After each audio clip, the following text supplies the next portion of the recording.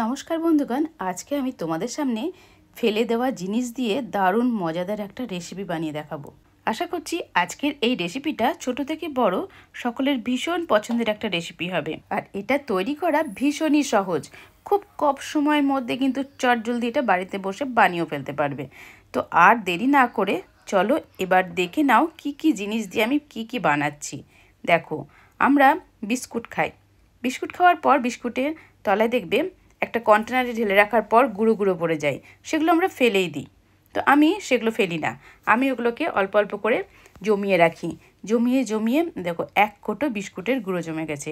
এর মধ্যে সব রকমের বিস্কুটের গুঁড়ো আছে, দেখেই বুঝতে পারছো। মেরি বিস্কুট আছে, মিষ্টি বিস্কুট আছে, বা নোনতা বিস্কুট আছে, সব রকমের বিস্কুটের গুঁড়ো কিন্তু আমি অল্প অল্প করে জমিয়ে ফেলেছি। বেশ কিছুদিন ধরে এগুলো আমি স্টোর করে রেখেছি।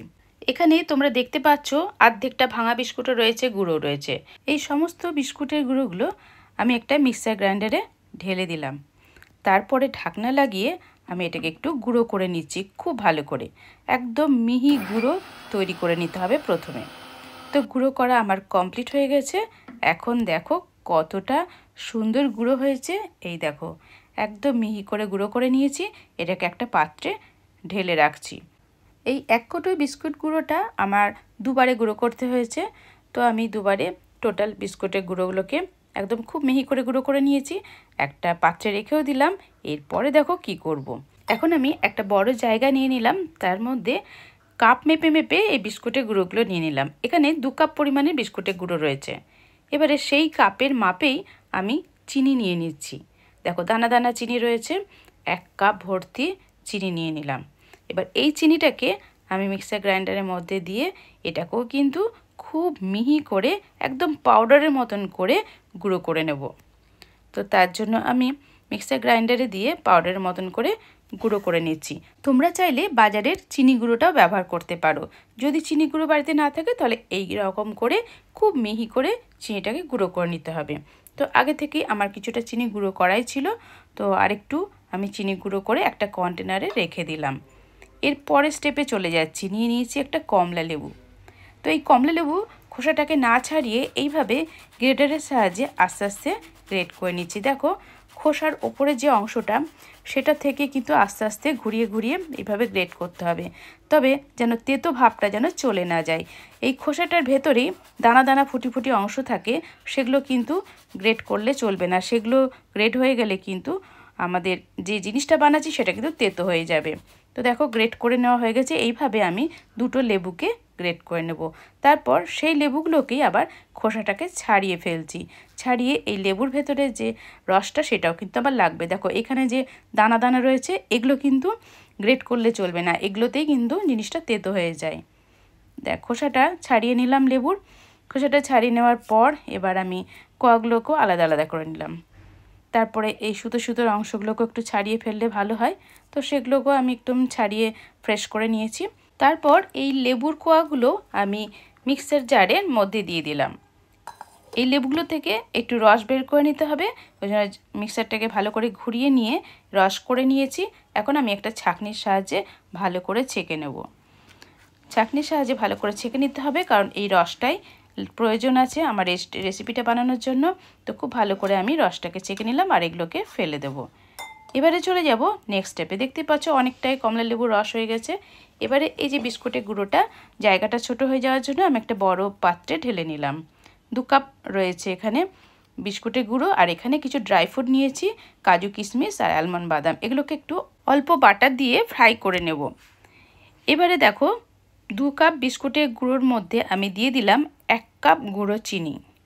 গুঁড়ো চিনিটা দিয়ে দিলাম। এর ভেতরে আরও কয়েকটা জিনিস অ্যাড করছি, সেগুলো হচ্ছে ডিম। এখানে আমি 2টো ডিম ফাটিয়ে দিয়ে দিচ্ছি। 2টো ডিম ফাটিয়ে দিলাম। যে কোয়ান্টিটি 2 কাপ পরিমাণের করছি বলে 2টো ডিম আমার এখানে লেগেছে। তো এরপরে আমি এর ভেতরে দিয়ে দেব বাটার। আমি একটা বেশ 1 ইঞ্চি কিউব বাটার দিয়ে দিলাম, আর দিয়ে দিচ্ছি অলিভ অয়েল। অলিভ অয়েল এখানে আমি 6 থেকে 7 চামচ পরিমাণের অলিভ অয়েল দিয়ে দিলাম। তোমরা চাইলে হোয়াইট অয়েলও ব্যবহার করতে পারো। আর দিয়ে দিচ্ছি বেকিং পাউডার। বেকিং পাউডার এখানে লাগবে 1 চামচ পরিমাণের। তো 1 চামচ পরিমাণে বেকিং পাউডার দিয়ে দিলাম। তারপর আমি দিয়ে দিচ্ছি যে কমলা লেবুর খোসাগুলো যেগুলো আমি কুড়ে রেখেছি সেগুলোকে আমি সবগুলো দিয়ে দিলাম আর দিয়ে দিচ্ছি কমলা লেবুর রসটা। এবারে আমি এর ভেতরে দিয়ে দিচ্ছি 1 চুটকি নুন। যদি বন্ধুরা নোনতা বিস্কুটের গুঁড়ো দিয়ে করতে চাও তাহলে পরে কিন্তু এই নুনটা না দিলেও চলবে, কারণ নোনতা বিস্কুটে নোনতা ভাবটা থাকে, সেক্ষেত্রে সেটা দিয়ে করলে কিন্তু অনেকটাই বেটার রেজাল্ট পাবে। তো আমি এখানে মিষ্টি বিস্কুট ছিল বলে হালকা একটু নুন দিয়ে দিলাম। এবারে খুব ভালো করে মাখিয়ে নিতে হবে, একটা ব্যাটার তৈরি করে নিতে হবে। যদি প্রয়োজন হয় রসটা দিয়েছিলাম, কিন্তু একটু শুকনো শুকনো লাগছে বলে আমি একটু দুধ দিয়ে দিলাম। দুধটা আমি আগে থেকেই জাল করে রুম টেম্পারেচারে রেখেছিলাম, সেই দুধটা আমি অল্প অল্প করে দিয়ে দেখে নিচ্ছি একটা লিকুইড ব্যাটারের মতন।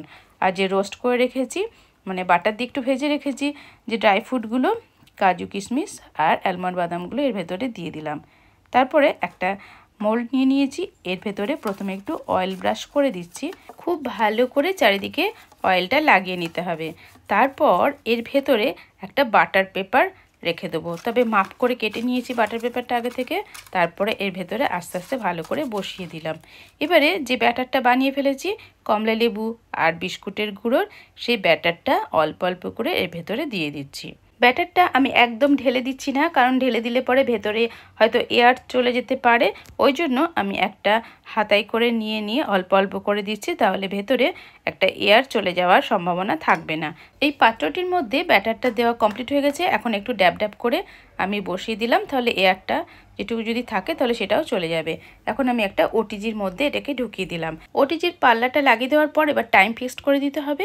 তার জন্য আমি প্রথমে টেম্পারেচারটা সেট করলাম 210 করে দিলাম, আর এখানে 30 মিনিট পর্যন্ত আমি এটা ওটিজিতে এই জিনিসটা বেক হওয়ার জন্য রেখে দিলাম।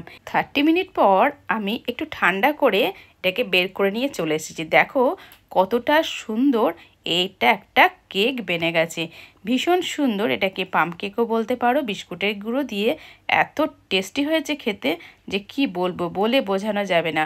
এবার আমি তোমাদের সামনে দেখাচ্ছি, দেখো কতটা সুন্দর হয়েছে, খুব স্পঞ্জি স্পঞ্জি হয়েছে আর খেতে কিন্তু দুর্দান্ত হয়েছে। এবার এটাকে আমি পিস করে কেটে নেব। আমি এই কেকটাকে প্রথমে একটু ঠান্ডা করে নিয়েছি, তারপরে পিস করে নিচ্ছি। তো গরম গরম অবস্থায় কাটতে গেলে পরে দেখবে যে শক্ত লাগবে বা কাটাটা ঠিকঠাক হয় না, সেই জন্য হালকা ঠান্ডা করে নেওয়ার পরই কাটতে হবে। আর ঠান্ডা কেকটাই খেতে বেশি ভালো লাগে। তো আজকে আমি এই কেকটা বানিয়ে ফেললাম। এই কেকটা আমাদের ফ্যামিলির সবাই কিন্তু খেতে খুবই ভালোবাসে। এটার টেস্ট হয়েছে অরেঞ্জের টেস্ট হয়েছে, এখানে কোনো আমি সেন্ট ব্যবহার করিনি, আর খেতে হয়েছে দুর্দান্ত, একদম পারফেক্ট স্বাদের এই কেকটা তৈরি করা হয়েছে। তোমরাও কিন্তু একবার হলেও ট্রাই করবে, তোমাদের ফ্যামিলির সবাই কিন্তু ভীষণ ভালোবাসবে এই কেকটা খেতে। ভালো লাগলে লাইক কমেন্ট শেয়ার সাবস্ক্রাইব করে আমার পাশেই থেকো। নেক্সট ভিডিওর সাথে চলে আসবো। তোমরা সুস্থ থাকো, টাটা বাই বাই।